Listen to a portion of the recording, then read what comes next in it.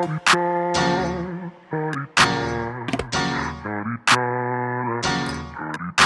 out the way. Who got a watch? Who got the time? I'm raising the clock. Even in my feelings, grind don't stop. Got big dreams, want bigger rocks. I got plans, you got talk. Hello, welcome back to my channel. If you are new here, my name is Taj and I am a paycheck budgeter documenting my financial journey here on YouTube. If you are returning, welcome back, beautiful budgeter. In today's video, I am going to be doing a paycheck budget.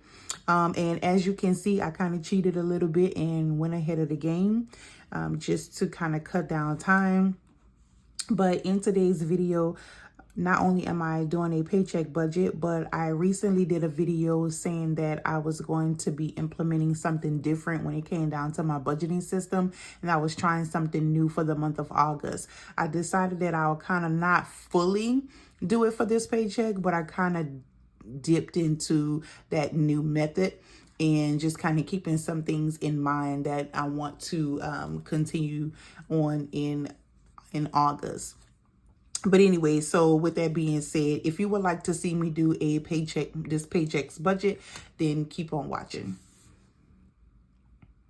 All right, budgeters. So one of the things that I wanted to implement coming up for the next month in August is I wanted to see if I can stick to a method of having 70% of my paycheck going toward bills and cash envelopes for my wallet, and then 30% going towards saving challenges and sinking funds. I came up with those figures basically just kind of playing around with past numbers. I noticed that my cash envelopes, I get paid bi-weekly. And so my cash envelopes was more so lasting me from week to week. And so I was not implementing a method or numbers in a way that it would last me for 2 weeks. And the result of that was me having to dip into savings or dip into a sinking fund or just overspending or going without. So if I didn't want to overspend. So with that being said, I decided that I was going to sit down and come up with a percentage or numbers that would better suit my pay and how I get paid. And so you're going to see more of that come August and, and so forth. And like I said, I'm just trying this new method out to see, and I'll go into a little bit more details in further videos, but I just want to see if this is going to work better than what I've been doing already before. So anyway, with that being said, another disclaimer, usually before my payday, I always do like a budget. I do feel like it's a good idea to always do it before you get paid and not wait till the day you do get paid, because it kind of a lot of times it'll just throw things off. You'll end up spending before you can sit down and budget, and things just all over the place. So I usually do it before my payday, at least a day before. This pay period, I had two incomes, and so the first income was $1,024.17, and the other income was $900, which totaled $1,924.17. All right, so I always put aside a certain amount for a mortgage. Progressive ended up being $199.16 instead of $398.32. And the reason why is because there's 3 vehicles on my policy. One of the vehicles my dad has ended up only paying $199.16 for insurance, and then AT&T was $100 HOA. I was going to put that up for when it's due, but I decided to hold off on that. Okay, so my bill total came up to $1,274.16, and out of the $1,924.17, I was left with $650.01. Okay, this is where I stopped because I was like, I'm supposed to be doing this on the video. So we are going to finish this off. Now for groceries, I ended up not having to do groceries, so we just gonna bypass that. Gas, $60 is what I budgeted for. I work from home, so I really don't go anywhere, and kids are out of school, so I don't have to drive every day, dropping off and picking up. So the only really thing I do is run a few errands here and there when I need to, or go to the grocery store. So I really don't need to budget anything more. Now, once school starts, that'll probably end up doubling. But for right now, that's pretty much okay. So we're going to leave that at 60. Eating out, I decided that I was going to, I usually would put like $10, $15 to the side to eat out. And it was basically just geared toward, by me working at home, a lot of times I might get sick of or don't want something in the house, and I decide, you know what, I'm gonna go grab a little sushi or something like that for lunch. But what end up happening is, because the kids are home, it's like, oh, you got me something and you got you something and you ain't giving that. You know how kids are. So sometimes I'll treat them, and then I'm like, ended up going over the little $10 budget that I have for eating out, because I have 3 daughters. So I decided that I will bump that up for those instances where I do want to treat them as well. So instead of doing, $10, $15, I decided that I would stick with a number of $50. Household this week, I didn't have to worry about stuff in household because everything in the house is fully stocked. I'm thinking about future stuffings, that even though everything may be already stocked in the house, to still put something aside so that it's that fund can still kind of build. But for right now, like I said, I'm just kind of testing some systems out. And so we're going to leave that at 0. Miscellaneous is 25. And then self-care, I decided that I would start back making sure that I put something toward that. This is what the number that I came up with. And so that's what we're going to do. So for cash envelopes, we have 60 plus 50, 25, and 25, and that's 160. So my mat was mathing. So 160.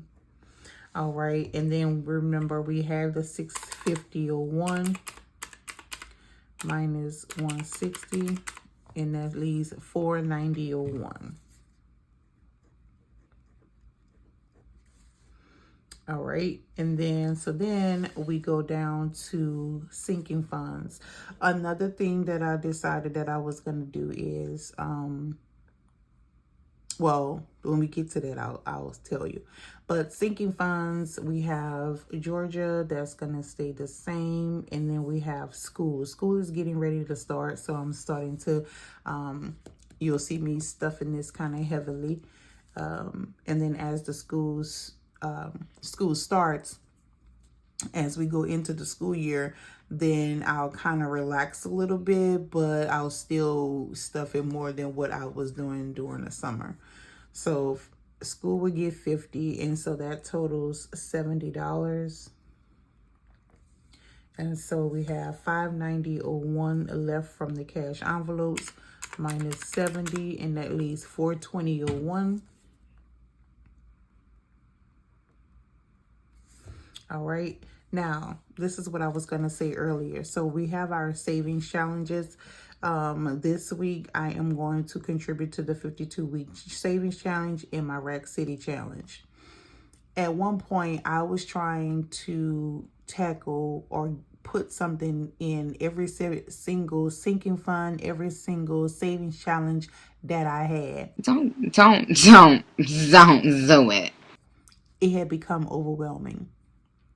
And it's quite frankly unnecessary and unrealistic at the budget that I have. So I decided that I was going to not overwhelm myself with trying to stuff so many envelopes at one time. So what I decided to do is 1 week I'll focus on either 1 week I'll focus on a certain sinking fund or a certain savings challenge, or I'll pick 2 out of the month, 2 saving challenges out of the month to contribute to, and then move around like that. Instead of just trying to stuff all of these different envelopes every single week. It just wasn't working. So 52-week challenge, I'm doing $100, and that's only because this week for the 52-week savings challenge, I think it is, I want to say it's 30.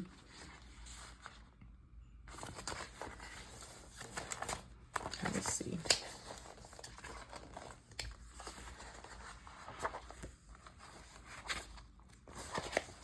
So yeah, it's 30 this week. But what ended up happening is I went out of town, dug it with my round, and I grabbed $100 out of that. Wasn't even paying attention to what envelope, I just pulled it.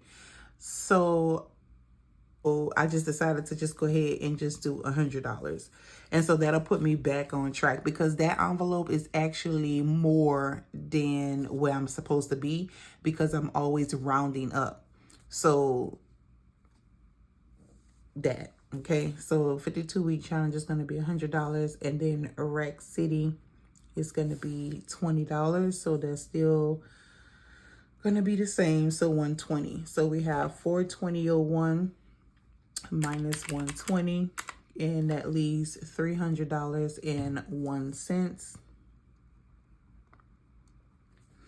And then $50 went toward my Chase Amazon, minus 50, and that left $250.01. All right, and so I'm just going to make sure that I did this correct. So we have 1924.17. Bill total is 1274.16. Cash envelopes is 160. Sinking funds is 70. Savings challenges 120, and debt is 50. So let's see if I did that right. So 1924.17 minus 1274.16, 160, 70, 120, 50, 250.01. 250.01. So yes, I did that correct. So 250.01 is going toward the buffer. All right, and so 250 is going into the account for the buffer, and that is my zero-based budget. I usually go over to this side. Let's see, July 23 and 7/27/23. Actually 28, but whatever. And so I am not taking out for groceries, gas, eating out, household. Oh, no, I'm not doing household. See.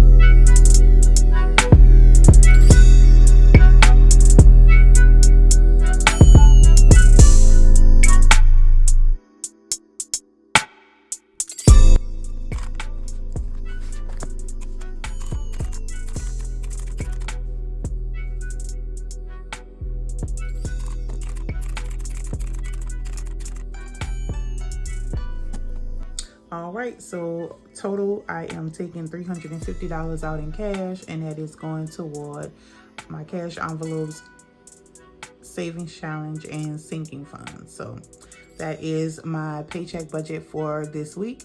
Thank you so much for watching my video. If you like my content, please give me a thumbs up and subscribe to the channel. Don't forget to hit that notification bell so that you can be notified each and every time I upload.